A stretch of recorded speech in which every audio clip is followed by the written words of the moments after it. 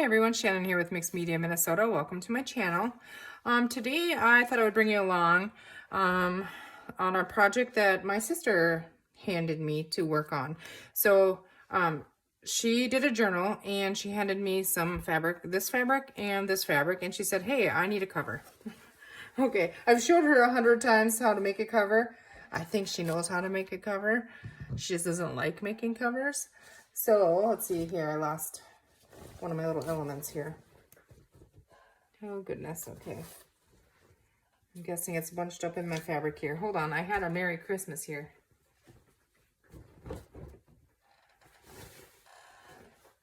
Well, what on earth did I do with it? Oh, here, it's stuck on me, okay. Here. So anyways, she also gave me this, which was what was a pot holder, and I was gonna use it together, and I did go ahead and I stitched around it and I cut the outside apart. So I took that off and then I cut the fabric down to size here, but I'm getting ahead of myself. So I'm gonna move this all aside.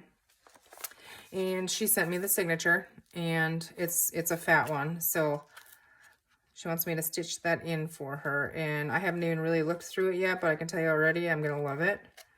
So we're not gonna peek at that, but it's a chunky one. So let's see, I'm gonna set that aside here and show you what I did. So I tore a tie closure out of the fabric.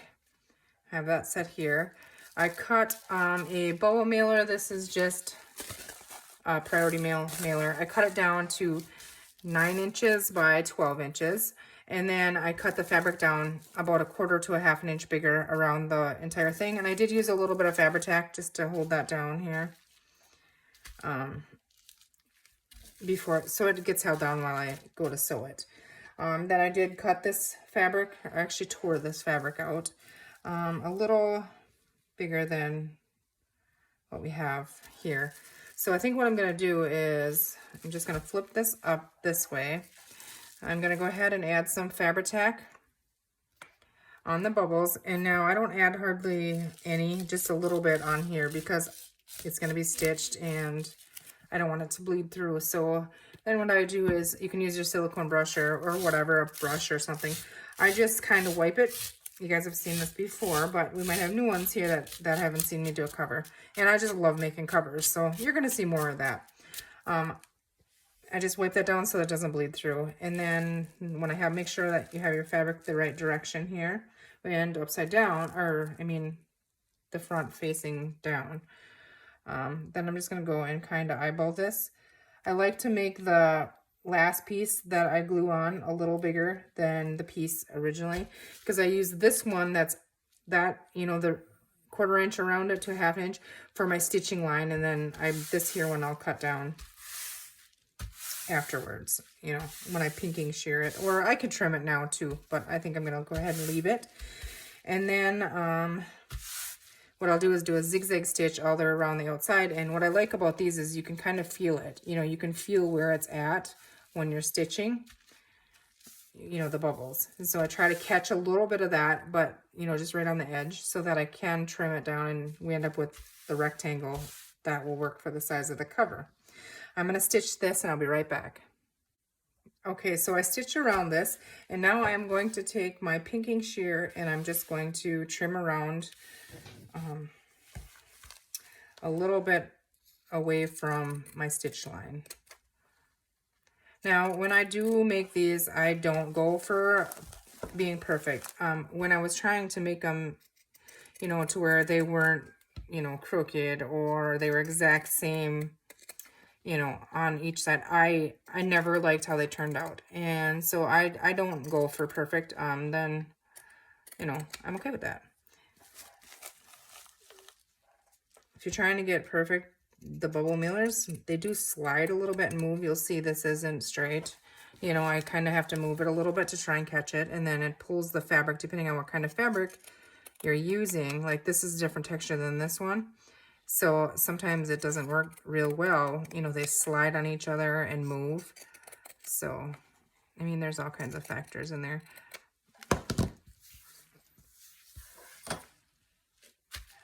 Okay, so we got 2 sides here. Same with cutting it. I try to get it kind of even, but I don't. I mean, it is what it is. I just trim it so it's kind of close. And see, this is why I like to leave that like 1/4 inch to 1/2 inch on the edge of, see right here where it went in. Now when I go to cut it, it's a little bit, it's going to be in a little bit further than the other side, but that's okay. But that's why I like to leave that 1/4 inch to 1/2 inch. So I kind of have a, I want to catch both of them when I cut. And for stitching reasons, I like it because it's easier for me to visually see where I need to stitch, and, you know, working with a smaller piece than where if this was hanging off 3 inches and trying just to feel the bubbles. You can, but it's easier to also be able to see that. Okay, one more side here. And again, this side is wonky, but it's okay. If I was going for perfection, for perfect, I would never have a cover. Never, because none of them ever are. Okay, and I've also had them before where they just don't work, and so I have to get rid of them. Okay, so now our Christmas trees are directional, so I want to make sure that when I fold this, and what I like to do is line them up on the corners. Sometimes these are completely off, you know, and that's where I end up throwing it away, or trying, you know, have to sew lace on it or something. Now I take my ruler and I slide it up in here, and I hold the 2 corners as close as I can, you know, to each other. This one I want to slide down a little bit here. It's hard to see when I'm filming because I can't see up here without, I'm worried I'm going to stick my head in the camera. Okay, so line it up the best that you can, close as you can. And then I like to put this ruler in there and just kind of push on that and kind of get it to learn, you know. And I have went and stitched before down the center on these kind, you know, and that works too sometimes. Now looking at it, I'm worried that the bottom here is going to be too short, but there's only one way to see. And thankfully, if it is, we can make more because she sent me lots of fabric. So now when we get this in there, nope, that'll be just fine. Yep, that's just fine. Okay, so we can set that aside because I like when you can kind of see the ruffles and stuff. She has some lace and trim and stuff on the edge of her signature here. And it's a fat signature too. That makes a little bit of a difference. Okay, sometimes you get this buckling in here. Sometimes that's why I do stitch down it. But I'm okay with a little bit of it in there. In the inside of this one, we're not going to have any pockets or anything. We're just leaving the fabric. And that's simply because it's already so fat. I don't want to make it fatter. Let's see now. Okay, so this is going to be our front because, right, yeah, our trees are up and down here. So I have to think now, how do I want to do the closure? I know it's going to be a tie around closure, so I'm going to find the center. And I could have stitched this, you know, in between the layers, you know, which I like to do that too. Now this end is torn and this end is the, what is it called? The salvage end or something. And I'm okay with using that on here. So here's my center. So I'm just gonna kind of eyeball that and plop that in there.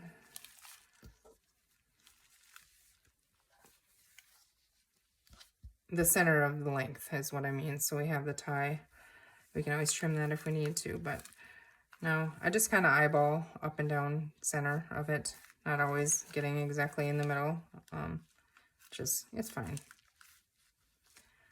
Okay, I feel like that might be a little bit further up, which I'm okay with it on this one because I have this piece on the top, more on the top, and then this on the bottom here is what I'm thinking. Not sure yet, unless we want to move that down. And I think this piece I'm going to have to, let's just play with it for a second here. Let's try the green on the bottom. If I turn it this way.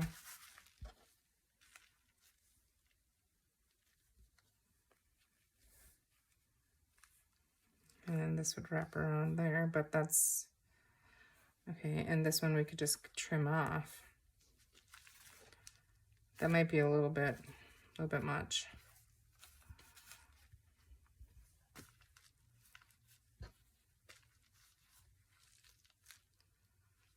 Okay. This side I want to put right up kind of on the stitch line here when I'm lining that up. So I feel like I have to tear a little bit off this side, I think. Not much. Might be a trick because tearing that thin of a piece. Okay, that works. Sometimes it doesn't work for me if it's too small of a piece.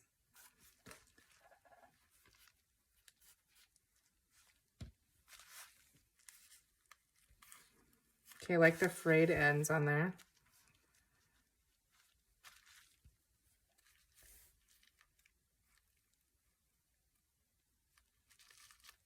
This is just some felt, it's a felt, I don't know if they were Christmas ornaments or what. I did get a bag at a garage sale for $1 and I thought it was pretty neat. It's all different kinds of little, I think she maybe had them on a Christmas tree or something. I don't know what they are, but they're cool. And for covers, I was like, yeah, that's coming home with me. So I think I like that. Let's go ahead and, I don't know if I want to stitch this to this fabric here or not.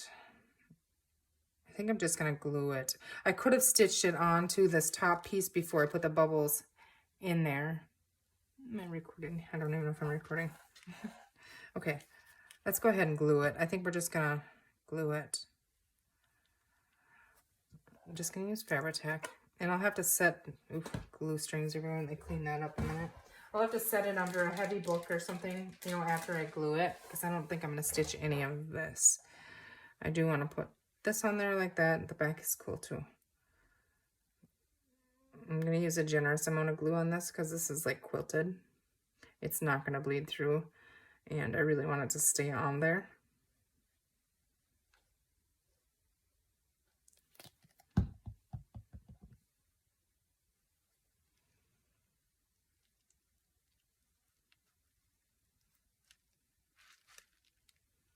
Okay. Now I'm going to go ahead and set that aside. I'm going to hold my finger on here. And this is where I want it to meet up. So I'm going to go ahead and add glue. I'm not going to put glue on the back. I'm just going to put it underneath here where it's going to be hidden by that little decoration piece that we just glued. I'm putting it pretty heavily on there. It's okay if it bleeds because it's going to be covered. So now I just want to line that up with this side. And go ahead and stick that on there. The back I'm just going to leave loose.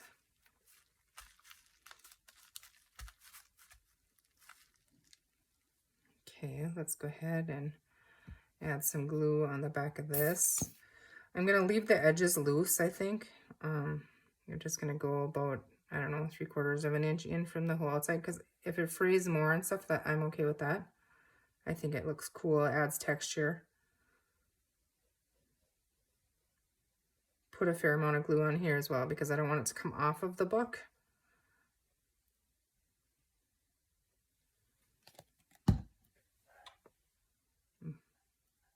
Got fabric stuck on my glue. Okay.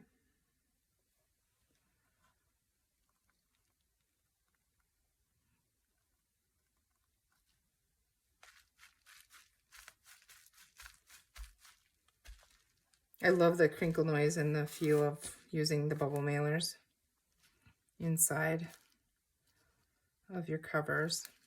Just grabbing a couple of these little strings here.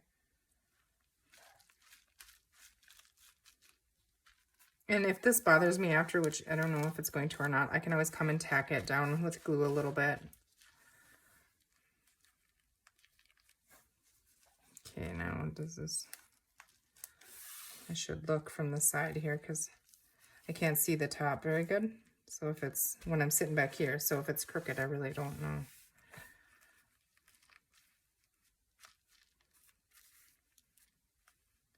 Okay, I think I like that just like that. Do we like it better just on the green? I think I like it like this. Kind of brings it all together. But let's see if we have something else here. I'm gonna grab, I'm just digging in the lace over here, trying to find a piece that that might work.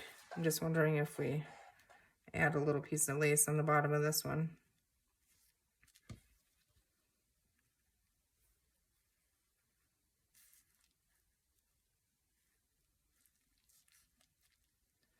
Do we like that one? I think it works. Let's see.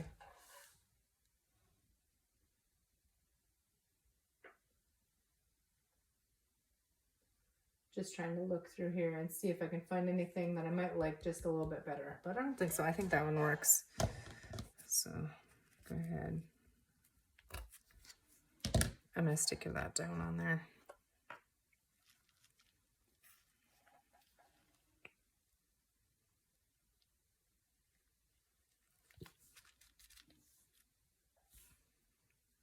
Make sure I have it the right way. Okay.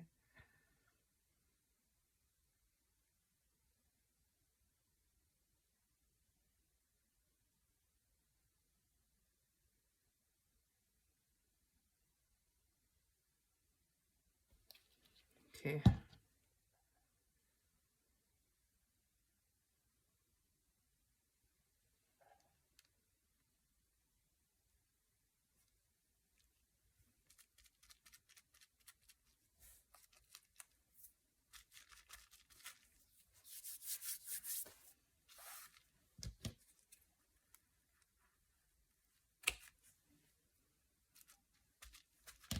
All right, and let's go ahead and add some glue on this. This one might be a little bit of a challenge. I'm just wiping the glue off my bottle here. I really want it to stick, so. And felt, I struggle with gluing felt on anything. It's kind of like really thick, like foam felt or something, like felt covered. I don't know what it is actually, but it's cool.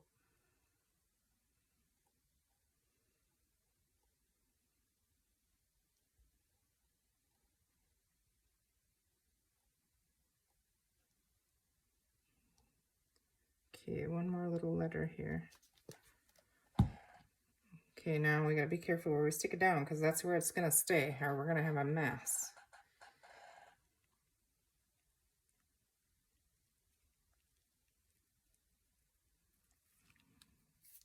That's where it's gonna go. Okay, so we can move this. Just holding it for a second here while I put my glue and things away.